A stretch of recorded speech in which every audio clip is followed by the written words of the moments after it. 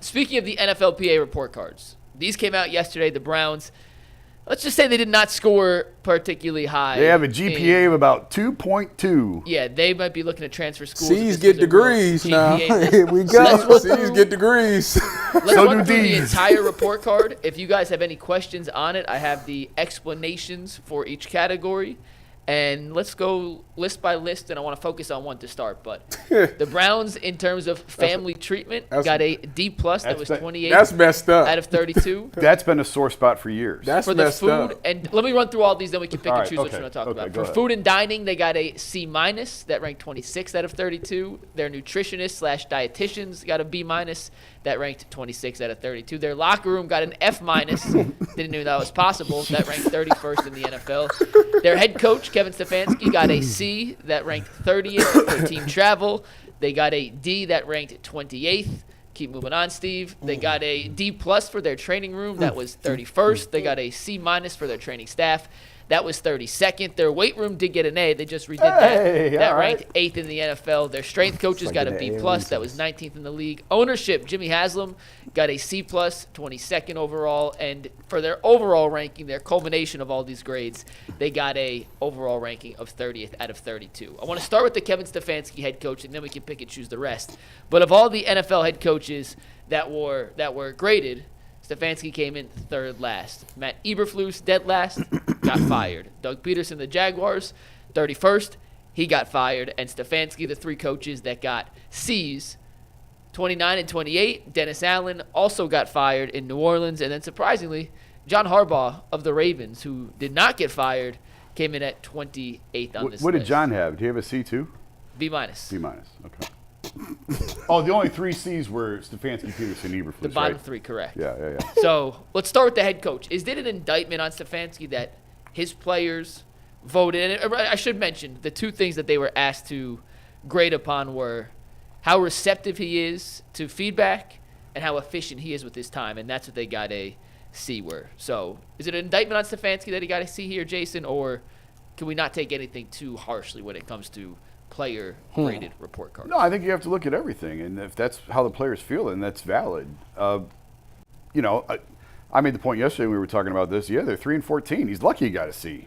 Probably should be lower than that. And Bull pushed back and said he listed all the other coaches who had bad years, and their coaches graded out better with their players than what Kevin did, and that's fair. I mean, last year they won 11 games. He got a B-. This year they win 3 and he gets a C. So I do think record plays into how players feel. And last year was a bad year. Like, the season was over in October, guys. We talked about it at the time. When they lost that game at Washington, to me, that ended the season. And I remember writing and tweeting, well, the Guardian season lasted longer than the Brown season this year because it's over.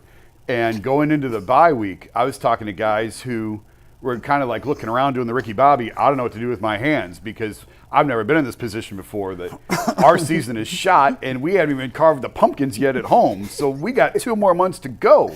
This was a death march for everybody involved.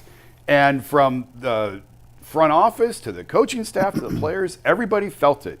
I wasn't around for the winless season. I wasn't around for the 1-win season. I was covering the NBA. I can't imagine that felt much or any worse than what I saw this year, just because of what expectations were, just because of what you thought you had with the quarterback and everything else, and then how it actually turned out to be. It was a really, really hard year for everybody involved. So I totally get why he would get a C. In terms of the two that you mentioned, using time wisely, I don't know. I mean, I don't know how we can judge using that. time wisely and receptive to player feedback. So that one's interesting to me, the receptive to player feedback, because Kevin And he got a moderate. I looked up who finished first in that category. It was Dan Quinn this year. Uh-huh. He got an extremely receptive. Kevin got a moderate. So that was the difference between an A+ in that category and a C. But what are the levels? Like extremely receptive and then good and then moderate? Those were the two I looked at. Okay. I'll look for more. But no, it's those were fine. the two I looked at. But the thing that's interesting about that is he has an advisory council, if you will, like some of the veterans that are supposed to be there to take grievances or whatever. They checked out too. And then that council is supposed to bring it to him. Yep. Now, I wrote the story after the season about how he wasn't calling guys out and he wasn't calling Deshaun out in film sessions. So I wonder if that part plays into some of this, and that I believe they were trying to cover and protect Deshaun. Even within the team, they were trying to build him up. And I wonder how much that plays into what you see in these grades. Are you serious? You know what? He should have got an F. You know why? Because this is the players coming out and saying, you chose one over the rest of us. That's what this is about. That's why this season was what it was. Yeah, when you 3-14, the whole thing stinks. Like coming in to work every day, it stinks. But I think that this is their reason. They're saying, like, listen, you're not about to sit here and call me out in front of my peers, but you ain't gonna say nothing to this dude. Like, no, we all together. I don't care how much money he making. He might need to hear it too. So they probably felt some type of way about those things.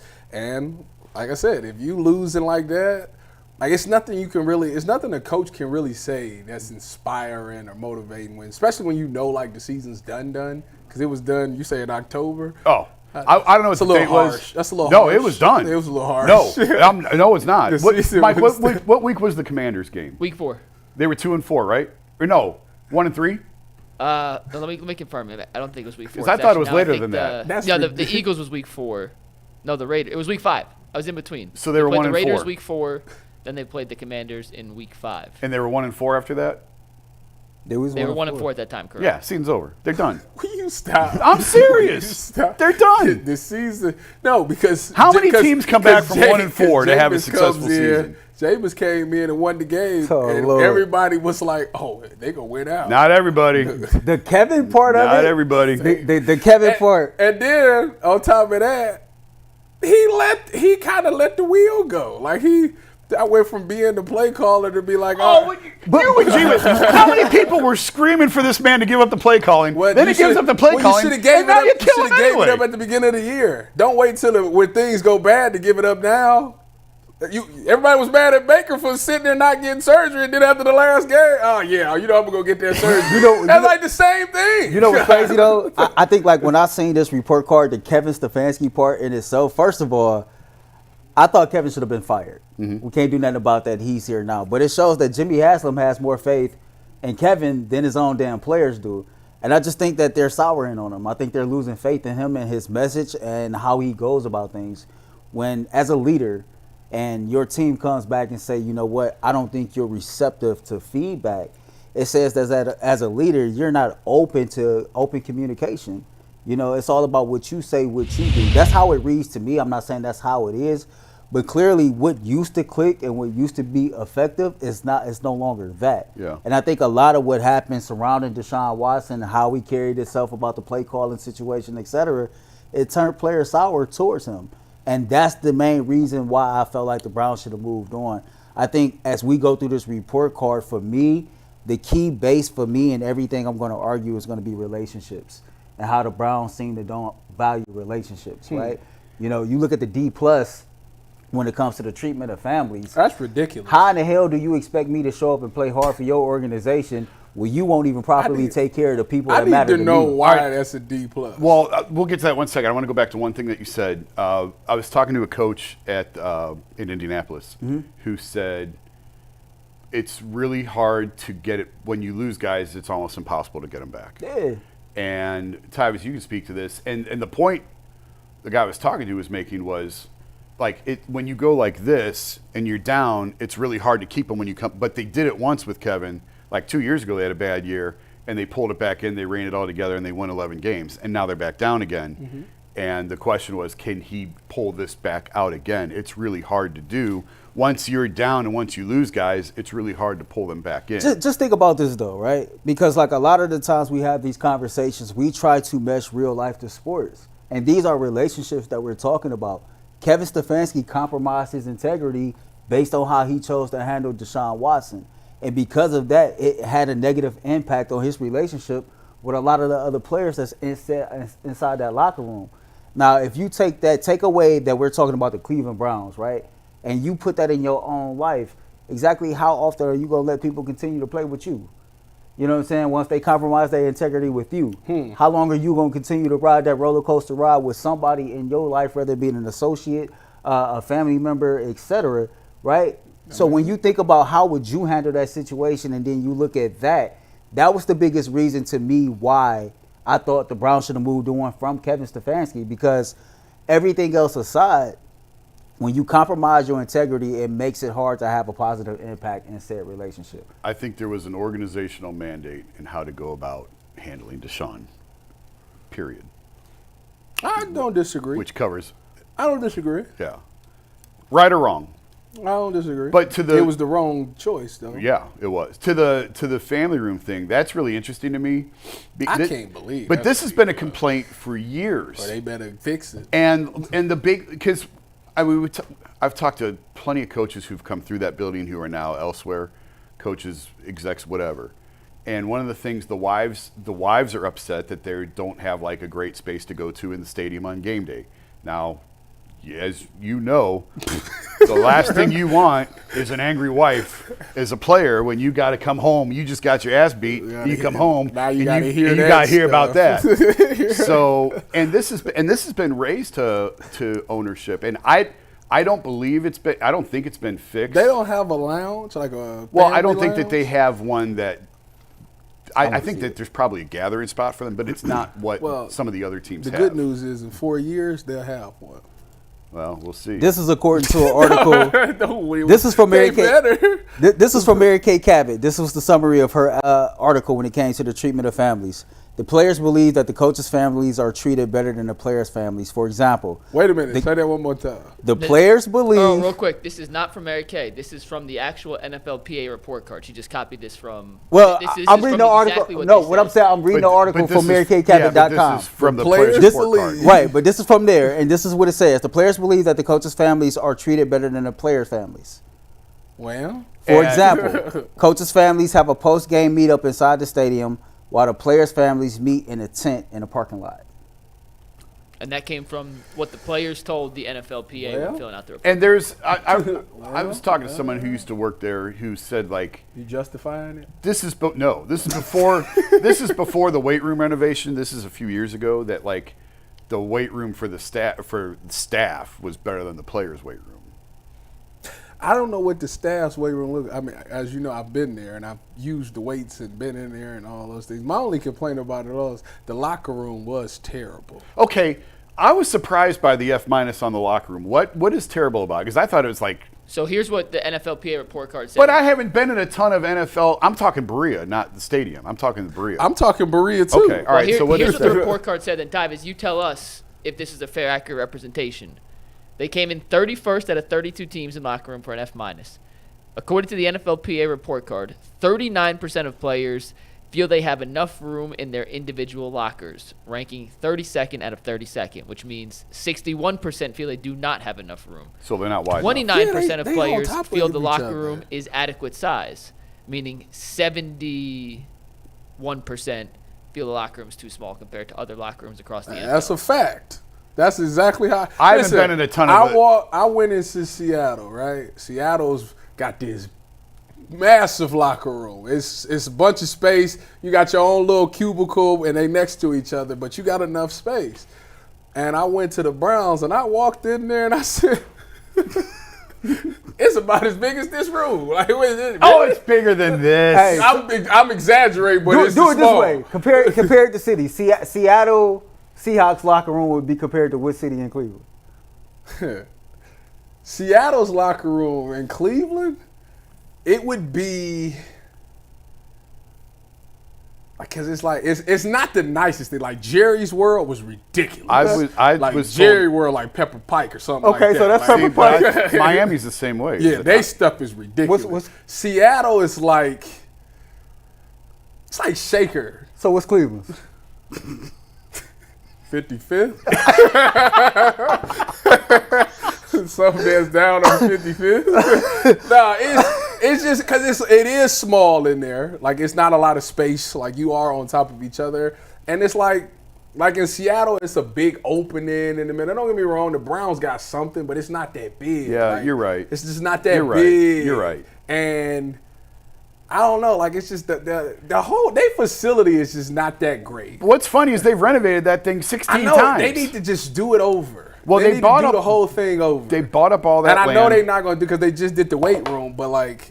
Well, they bought They up all got to do the. that because they ain't even got a 100-yard indoor. Like, that still No, they bothers don't. me to Yeah. this day. It's, Like, was it you 40, 50? No, it's 70 or 80. It's like, I think it's 80. I think it's 80 yards. Okay. I just look at the, like Mike, when I look at the ownership grade, when I look at the head coach grade, when I look at the treatment of families grade, that just shows an organization that lacks the value of relationships. And when you lack the value of relationships, you don't have a strong culture. But this is also an organization that spends more money than anybody. But that's the thing, though. It just doesn't make any sense. Yeah, like I think we like had this blur over us that because Jimmy spends money, he's a good owner. No, You know nobody what I mean? said that. Yeah, but Nobody said that.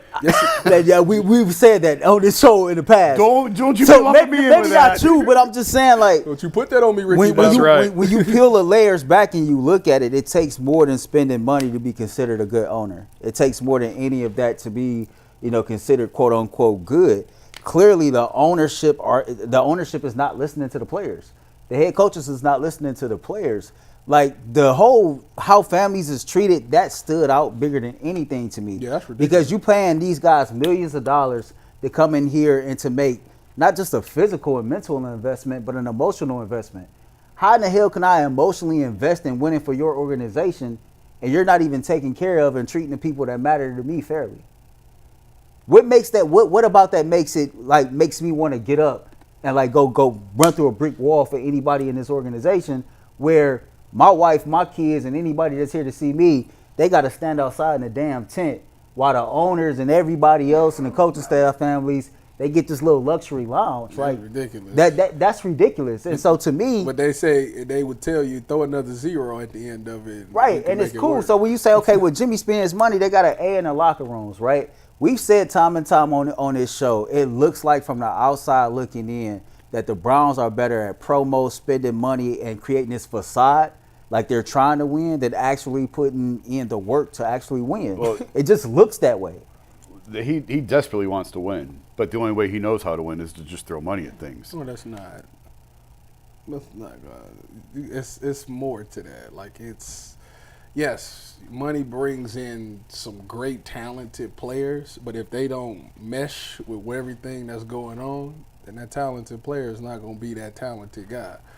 And it's my understanding that they, over the years, that they have brought these issues to ownership about the no space for the wives and 29. And the answer was, well, there's nowhere to put them. Like, it is what it is with the You can stadium. kick the coaches' wives out and put the players' wives But out. you Or know they what? can mingle together. Why can't the coaches and players hang out all the time in practice? They can't do it. Their Man, families can't mingle. A good owner would hear that and would make whatever accommodation necessary to make sure that these players are appeased with how their families is being treated. Like, you can come up with any excuse in the world not to do something, but just like anything else in this world, if you truly want to do something, you're going to find a way to get it done. And especially in markets like Cleveland, where you have to go over and above on family amenities to get people to want to be here. And the Cavs, I think, have done a really good job with that. The Cavs have a room for families and for small kids to where the moms can take the kids during games. So they can activities. They get, that's the type of stuff that matters to. Especially, I mean, if you're a young single guy, it doesn't matter. But if you're married and you got a family, You got kids, yeah. That makes Why a do big you- But difference. even if you're young and single, man, you probably love your mama and your grandmama. And your Yeah. mama and your grandmother is showing up to Yeah. come watch you ball. Yeah, you're right. And let you treat your mama and your Outside grandmama in a the certain type of way. In Cleveland? That young man is going to remember that, and that might make the difference if he chooses to re-up with you or not. Let me ask you guys one question. We're going to move on and talk some Cavs Celtics. What is the end goal of the NFLPA doing this? Is it to try and get some of the owners to see how the players feel to make necessary changes? Yeah. Yes, to Do get you a think player's it's a voice. effective? It's to embarrass them. Do you think it's effective in doing that? Yeah. Yeah.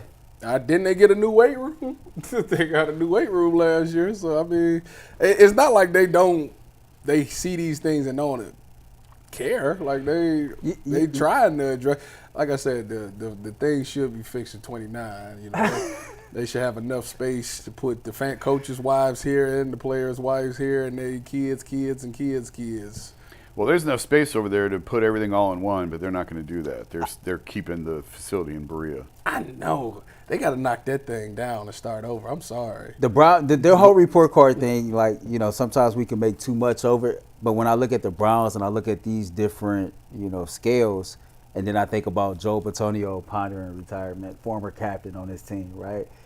Same thing. We don't know what the Nick Chubb free agency thing is. Former captain. Huh? Myles Garrett, captain, want to be traded. Denzel Ward saying, if Myles out, I'm out. Like, and then you see this report card, the math start mathing to you.